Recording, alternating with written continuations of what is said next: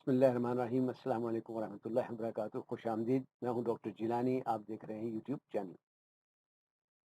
کسی جگہ کا نقشہ علاقہ نہیں، خاکہ علاقہ نہیں ہوتا۔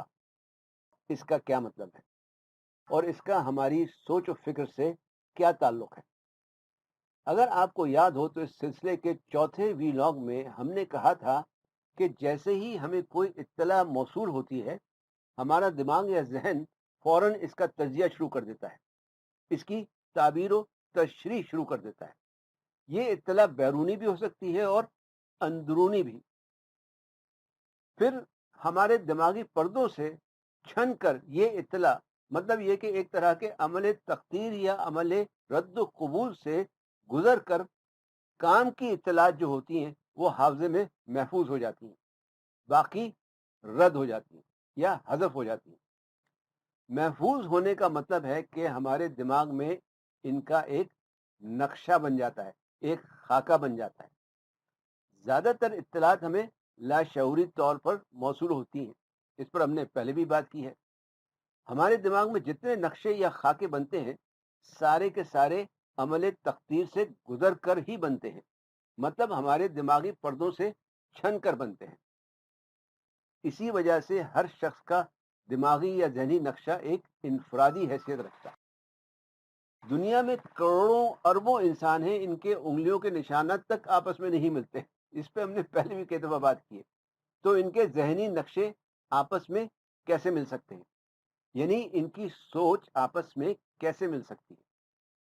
جب ہم کہتے ہیں کہ نقشہ علاقہ نہیں، تو اس کا مطلب ہے کہ حقیقت اور ادراک حقیقت میں فرق ہے۔ اگر آپ شخصی ترقی و کامیابی کے ایسے نسخے اور طریقے سیکھنا چاہتے ہیں جو نہ تو کسی اسکول میں پڑھائے جاتے ہیں نہ ہی سکھائے جاتے ہیں، تو اس چینل کو سبسکرائب کر کے بیل آئیکن پر کلک کر لیں اور اس جہد مسلسل میں شامل ہو جائیں۔ علم و آگہی کا جو نقشہ ہمارے دماغ میں بنتا ہے، اس نقشے کو ہمارا دماغ اصل سمجھتا ہے، حقیقت سمجھتا ہے۔ دو اشخاص ایک ہی واقعے کو دیکھ کر مختلف انداز میں بیان کر سکتے ہیں۔ ہو سکتا ہے کہ ایک نے سوری طرف زیادہ توجہ دی ہو تو دوسرے نے صوتی اور سمعی طرف زیادہ توجہ دی ہو۔ ایک کی نظر بالکل صحیح ہو تو دوسرے کی کمزور۔ ایک شاید کبھی کسی حادثے کا خود شکار ہوا ہو تو دوسرا کسی حادثے کا سبب بنا ہو۔ ایک کو جزوی باتیں یاد رہ گئی ہوں، دوسرے کو چند تفصیلات۔ وجہ کوئی بھی ہو، بیان من و من بے کم و کاست وہ نہیں ہوگا جو اصل حقیقت تھی، بلکہ بیان اس باطنی نقشے یا خاکے کا ہوگا جو ان اشخاص کے دماغ میں بنا اور محفوظ ہوا تھا۔ یہ دونوں اشخاص اپنے اپنے حواس خمسہ، زاویہ نگاہ، تجربہ، علم و فہم اور عقل و شعور کے مطابق اس واقعے یا حادثے کو دیکھیں گے، سمجھیں گے، محسوس کریں گے، سنیں گے اور پھر اسی پیرائے میں بیان کریں گے۔ بیان حقیقت کا نہیں بلکہ ادراک حقیقت کا ہوگا۔ مطلب یہ کہ ہماری سوچ کا تعلق ہمارے شعوری، فکری یا ادراکی مواد پر ہوگا، بلکہ ہوتا ہے۔ اس مواد کے صحیح یا غلط ہونے کی ضمانت نہیں دی جا سکتی۔ اسی لیے ہمارا کہنا ہے کہ نقشہ علاقہ نہیں، یہ صرف ایک علامتی اظہار ہے، ایک قیاس ہے۔ قیاس حقیقت نہیں، یہ حواس کی فراہم کردہ اطلاعات پر شعور کا عمل ہے جسے ہمارا دماغ حقیقت تسلیم کرتا ہے۔ ایک انسان کی حقیقت دوسرے کا قیاس، دوسرے کی حقیقت پہلے کا قیاس۔ یہی وجہ ہے کہ اپنے دماغ کو اپنا ہی دماغ استعمال کرتے ہوئے سمجھنا ایک مشکل کام ہے۔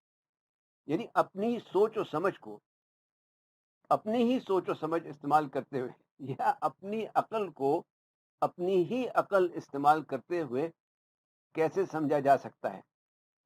نہ صرف سمجھا جائے بلکہ اس بات کا بھی 100% یقین ہو کہ جو سمجھا ہے وہی صحیح ہے، حق ہے، سچائی ہے، ایک اور مشکل کام ہے۔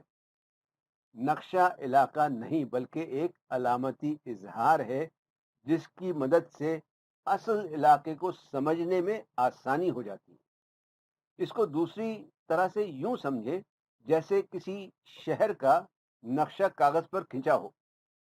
اس نقشے سے اس شہر کے جغرافیہ، علاقوں، راستوں اور اس کی حدود کو تو سمجھا جا سکتا ہے، لیکن یہ نقشہ اصل شہر نہیں.